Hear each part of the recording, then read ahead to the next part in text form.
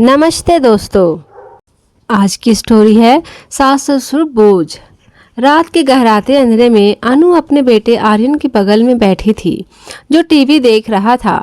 तभी आर्यन ने अचानक पूछा, माँ ये बताओ, दादा दादी आपको बहुत परेशान करते हैं, है ना? अनु ने थकी हुई आवाज़ में कहा, हाँ बेटा, पर अब क्या कर सकते हैं। हाँ, यहाँ तो झेलना ही पड़ेगा। आर्यन जो अब 10 साल का हो चुका था, अपनी मासूमियत में पूछा बैठा, पर माँ क्यों झेलना पड़ेगा? आप तो हमेशा कहती हो कि कोई भी चीज़ जब बोझ बन जाए उसे दूर कर देना चाहिए, फिर दादा दादी को क्यों नहीं? अनु को बेटे का सवाल थोड़ा चुभा, पर उसने हल्के से बात टालने की कोशिश की। तुम नहीं समझोगे बेटा, ये बातें बच्चों के लिए नहीं होती। आर्यन अपने जिज्ञासा से चुप नहीं हो रहा था।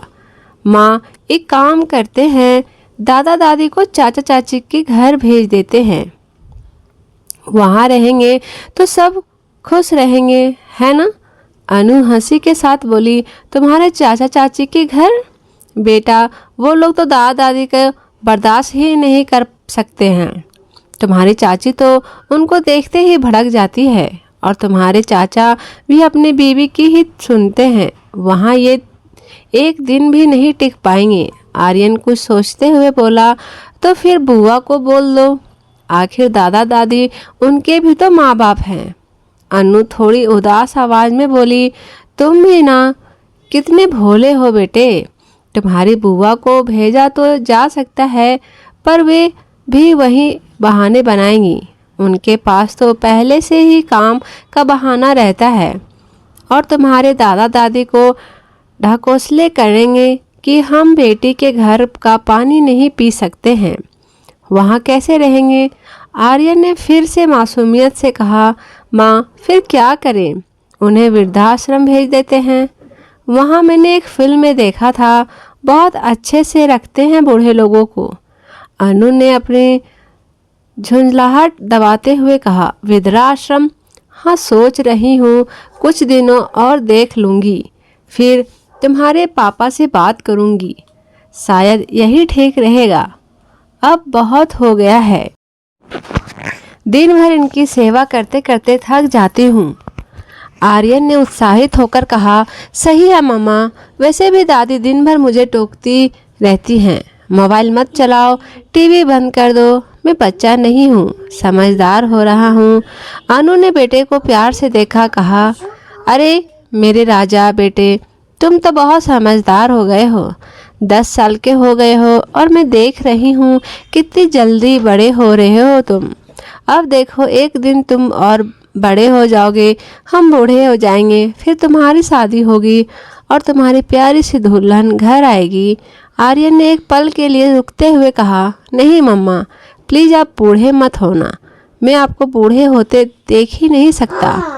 अनु ने हंसते हुए कहा, बेटा, बूढ़ा तो सबको होना पड़ता है, एक दिन हमें भी।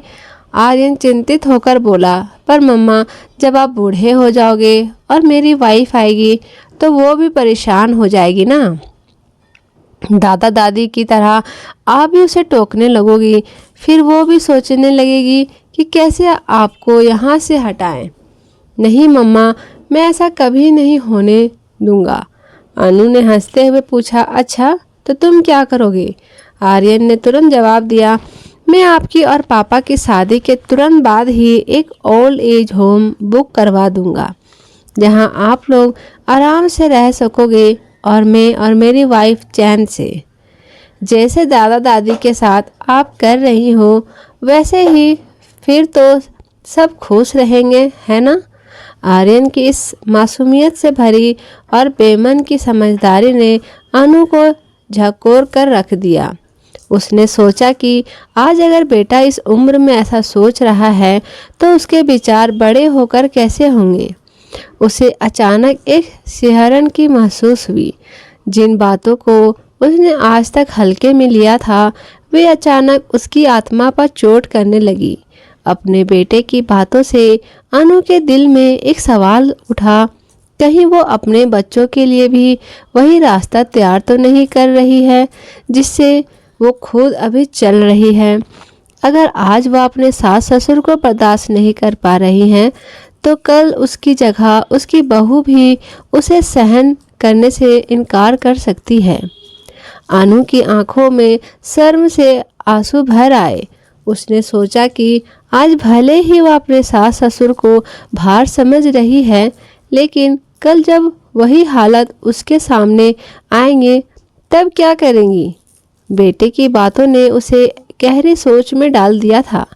बेटों की मासूमियत में छिपे इस कटु सत्य ने उसकी आत्मा को जागृत कर दिया था।